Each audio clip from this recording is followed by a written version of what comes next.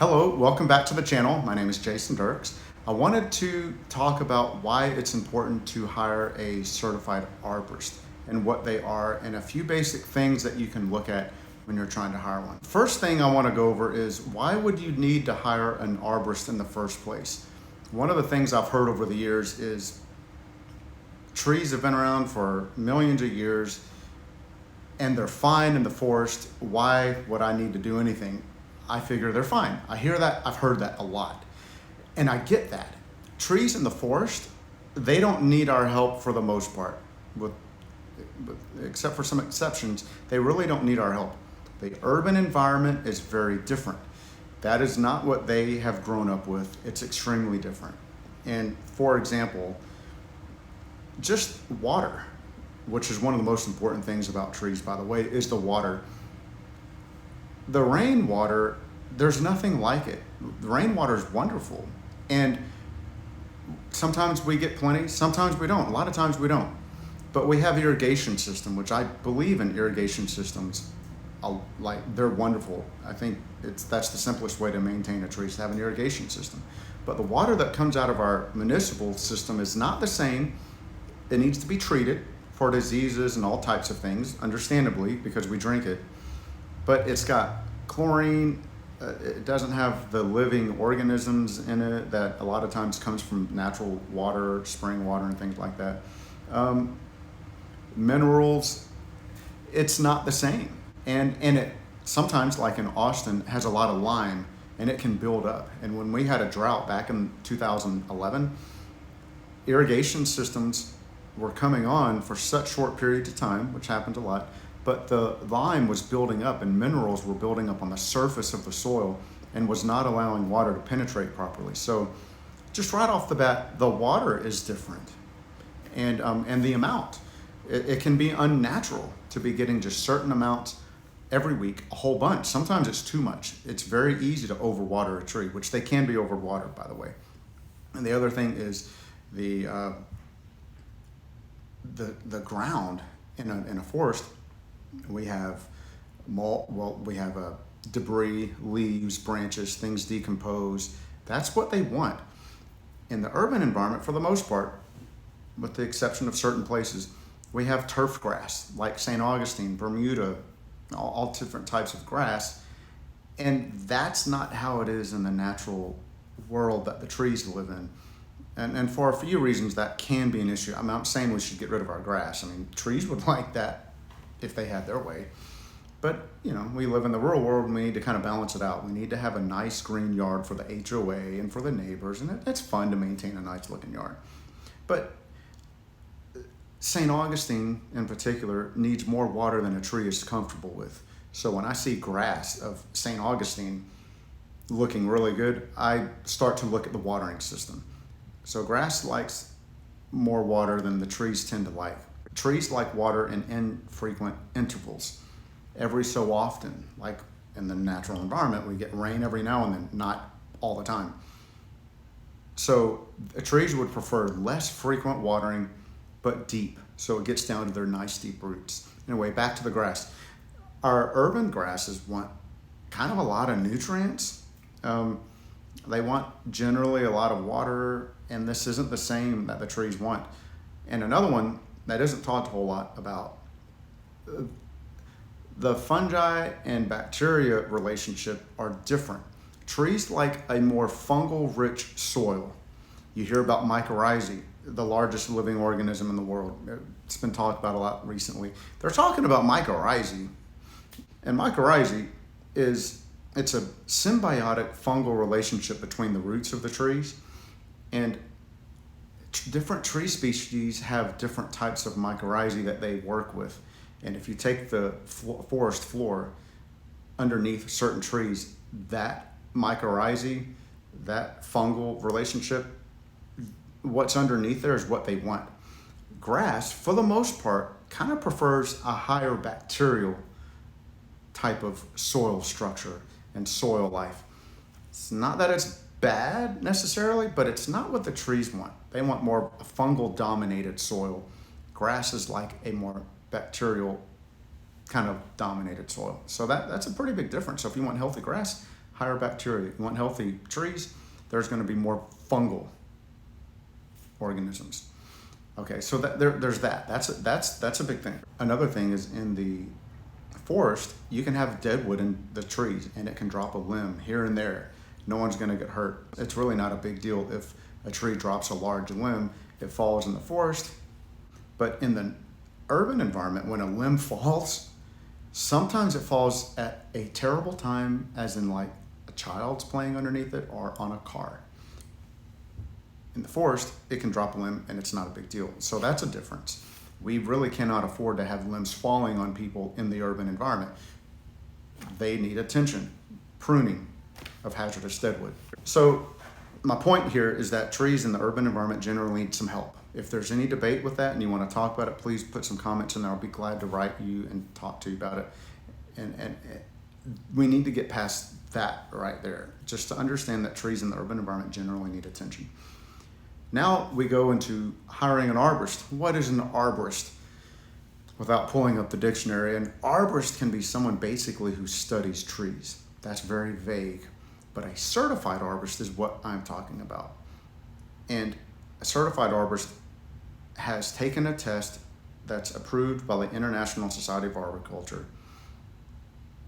And that test goes over biology, pruning practices, fertilization, diseases, all types of things. So if someone has taken that test and passed it, they have proven that they have a above average knowledge of trees. And in order to sit down and take that test, an arborist has to have had 3 proven years in the tree industry or something very closely related. You can't even sit down and take the test if you haven't been in the tree industry for 3 years. So whoever has taken the test or who is an arborist, they have at least 3 years experience. That right there rules out a lot of people. We get past the point that I think it's a good idea to hire an arborist and why you would need one. Some of the benefits of hiring an arborist, besides the fact that you know they've passed the test, that at least shows they know more than, they know something and they've passed a pretty rigorous test. That doesn't mean they know everything at all. It just means they've passed weeding them out. They can save you a lot of time. An arborist, we have a lot of experience in trees every day, and having an arborist come out and take a look at your trees can determine if you want to spend time on helping them. Is it worth saving? What type of trees do you have? What should you plant? An arborist is full of knowledge. Hiring an arborist is good if you are purchasing a property. If you're looking at buying a property, you want to have an arborist come out and take a look. They can kind of give you an idea of what you have, if the trees have major diseases or not. Are they going to take a lot of care? And oak wilt is a big thing in Texas. And I've been a part of ranches and properties that people are looking at buying, and oak wilt's on the property. That makes a big difference of whether or not you want to buy the property or not. Trees can drastically affect the value of a property, and the average is about 20%. So depending on how many trees you have, what types you have, they can make a difference of 20% of your property value, by the way. That's kind of high. So if you're looking to buy a property, have an arborist come out and take a look. Just to at least get a general idea of what you're dealing with, okay? It's worth doing it for that. It's worth hiring an arborist if you're doing construction on your property, like you want to build a pool or you want to add on. You want an arborist to come out to do tree protection. This is a big deal here too. It's best to avoid an issue. And many arborists, not all, but many of arborists that are out there, most of us are trained. I specialized in it, on construction, and avoiding a situation, keeping tractors and people off the root zone. And the root zone is immense, by the way, which the root zones of a tree is about 2 or 3 times as far out as the spread of the canopy or the height of the tree, roughly. Okay, we can get into it. Different tree species are different, but those root systems go really far out. They can go flat out way into your neighbor's yard, and we're not even thinking about those roots. I've been parts of projects where the neighbor has messed up the roots of a tree in my customer's yard by wanting to put in a garden and putting in pools and construction. So, and it can affect your tree, what goes on next door. Herbicide. Someone can put down too much herbicide because they don't want weeds popping up for various reasons. Those roots of your tree can be way on over there. So the root system is extensive. is very large, larger than most people think about. And you need to be aware of what's on the other side of the fence. Another good reason to hire an arborist is if you plan on staying at your house or having that property for a long time, you want to make plans for what you would need to do to keep those trees healthy for the long term. And an arborist can help you with that. Kind of determine what's worth working on and what's not. If you're planning on selling your home, it's really nice, I think, to leave your trees in really good condition for the next person if you want. Of course, everyone's different. I've worked with so many different types of clients. Most, of course, love their trees. And I've had clients tell me they don't really care what the next person does. They want to leave the trees as healthy as possible for them. And I love that. And some people have given my name to the new homeowners, and those new homeowners never contacted me. But because of what my client did for the last couple of years or so or more in helping the tree, those new homeowners who never called me, never contacted me, I drive by sometimes and I've looked at trees after I've taken care of them and gotten them better, to see that most of the time, not all of the time, some unfortunately, but many of them are still hanging on, like holding steady. It would have been best if the new homeowner had called me and we could keep things going.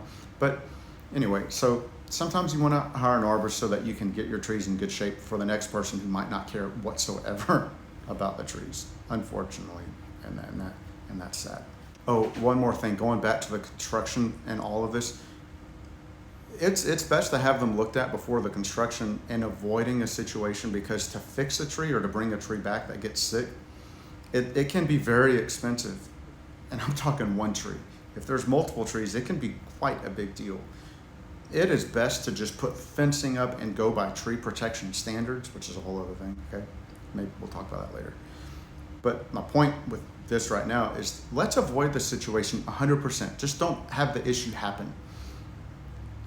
So the soil doesn't get compacted, so roots don't get damaged, so trees aren't pruned inappropriately and ugly things are done to them, so that we don't have to spend years trying to bring them back or save them. Let's just avoid it. And then you don't have to deal with it. So that's another reason to hire an arborist, okay? If you are going to do construction, talk to the construction manager or the company and see what they're going to do. What's their plans about protecting the trees that are on your property? There are standards for many cities like Austin and other cities throughout the country that there are standards to be done. And these construction companies should and most know what those standards are for the most part, because there's things they have to sign in many cities, not all, but many, like Austin. They have to sign off after they read the requirements for the tree protection. And but not everybody follows it, I'm afraid, which is one reason I was so busy, because not everybody does what they're supposed to. And so anyway, there's tree protection plans, there's standards that are generally accepted by the industry, and we want to follow those and just ask the construction company what their plans are. What are they going to do about protecting their area of the trees and the root system in particular? How are they going to bring equipment in? Okay, we'll do another video on that, but if you're looking at having construction done tomorrow or next week, I'm telling you right now, besides hiring an arborist, like a broken record, I really don't mean to keep saying that so many times, but if you can't tell it's important, and I don't mean to keep saying that so often, I think I've made my point. But if you do have construction coming up in the next few days, have an arborist come out and see what the construction company's planning on doing. I'll move along from this soon, but one thing I've heard from construction companies, and this isn't usually a good sign, when a construction manager or the owner of the company says, I've been doing this for 30 years and the trees have been fine. That statement or anything related remotely to that means it's even more important that you keep an eye on those trees. I've been doing this a long time. Those statements I've learned are absolutely the worst sign of what's to come for the trees. Okay, so if a company says that we'll take care of it, we've been doing this for 30 years, we know what they're doing, and they don't offer more information on what they're going to do to protect the trees, that's absolutely almost 100% of the time a really bad thing. Okay. Another thing that's important is setting expectations throughout everything. Construction, but also like what to expect. An arborist, it's best when an arborist can kind of set expectations. How much work do certain trees need? Is this tree sick? Let's be honest about it. It's very important you find an arborist that you can trust. Just like anything, it's not good if you have an arborist, and they're human. Some of them are not honest. Most are. Like most people are honest, but you get your occasional one. You want to be careful. They need to give you honest expectations. Sometimes it takes a lot of work to bring a tree back that's sick, and it's best if they can tell you this is going to take a few treatments, or it's not going to get better next month. If you start hearing things like, no doubt we can fix this, we can have this better with this one treatment. Maybe there are some things like iron treatments. Iron treatments, when trees are deficient in iron, you can kind of make them look better pretty fast, but it doesn't necessarily fix the issue long term. But you can make a tree look better, or an arborist can make a tree look better that has an iron or manganese deficiency like within a couple of weeks. And it's really kind of cool. But anyway, for the most part, when a tree is declining or sick, it takes time. And honest expectations, we need to have those shared with us, and we are homeowners like yourself. We need to have realistic expectations. And that brings me to this next point. What to expect with an arborist. I think it's a good idea to hire or talk to 2 or 3 arborists, because everyone's kind of different. You want personalities that work. And we all have different fields of study. I particularly studied tree healthcare for all of this time. There's pruning. Pruning is a very big one. That's the majority of what most arborists do. And that's an art, that's a science. There's ways to do it. There's ANSI standards. There's proper ways to prune a tree. And for the most part, following those standards, 80% of the time is fine. But for the other 20% of the time, you need someone that's exquisitely experienced and has an eye for detail so that things aren't made worse. But anyway, pruning, and when you start getting into the higher end types of arborists, you've got crown reduction, structure pruning, cabling, lightning protection, stuff like that. That starts to get a little bit specialty, but all of that's important, or it can be. And then removals of trees, that's a whole other type of expertise. Removing a tree is different, particularly the large ones that are hazardous. That can take totally different or somewhat different equipment and a different skill set. So are you removing a tree, or are you maintaining your tree, pruning out the deadwood? Does the tree need to be reduced for various special reasons, not just to do crown reduction? Okay, so removals are another one, which, by the way, for tree removals, there's another qualification. It's called a tree risk assessor, and that's for being qualified to risk the likelihood of failure of certain parts of a tree or the entire tree of failure within a certain period of time. And what's the likelihood or what's the severity of the damage that would be done. That's a tree risk assessment by a tree risk assessor. I'm a qualified tree risk assessor. That is good for certain things. So if you're worried about, is this tree safe or not, look for someone who's a tree risk assessor. You can find those on the ISA site. I'll put a link in the description. And then you have arborists that kind of specialize in the healthcare. We aren't as common for various reasons. I could get into that if you really want. I've learned why that's probably the case, or why I think it's the case. But all arborists are pretty familiar with most healthcare issues, but when to really get into that specialty, that's a whole other thing, and that takes a long time. That's a whole different mindset again, and it's usually a different arborist, different type of arborist. Like, I've never climbed for any, I've climbed, but I haven't done a lot of it. I want to be on the ground studying the biology, the insects, the diseases. That gets me going. Climbing, it just didn't, for the most part. I mean, it's pretty freaking cool, but I was always interested in the other things and getting a tree better. And I never really, hardly ever climbed, very little. So that's a different area of study, is tree healthcare. And so then that brings me to the different qualifications and certifications. I'm making this video a little too long. If you have more questions, please put them in the comment, because I could really talk forever about any one of these topics. They're awesome. They're so cool. Different types of study of an arborist. There's different qualifications. There's a long list of qualifications that different types of arborists have. You really just, in general, need to be concerned with whoever comes out to look at your trees are an International Society of Arboriculture certified arborist, ISA certified arborist. That's going to be the majority of the arborists that you deal with. Most of the time, those arborists can do assessments, but they also offer a number of services. Okay, that's most of what you'll be dealing with out there, and that's a good, very good place to start and finish sometimes. That can be all you need is a good certified arborist. Then there's board certified master arborists. There are consulting arborists. A consulting arborist in general, they don't tend to offer a lot of the services like the pruning, the removals, and the tree healthcare treatments. Some of those consulting arborists, I didn't become that yet. I might, probably, maybe. I think it might be nice to do. But anyway, it can be considered by some to be a conflict of interest to be a consulting arborist and then do the services that they absolutely are consulting and recommending. So sometimes they don't offer a lot of services, and that's okay. That's just the way it is. A consulting arborist is who you probably want to hire if you're having a legal issue with your trees.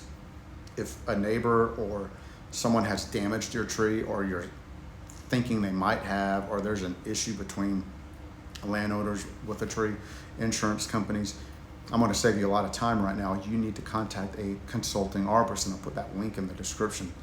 That's who you need.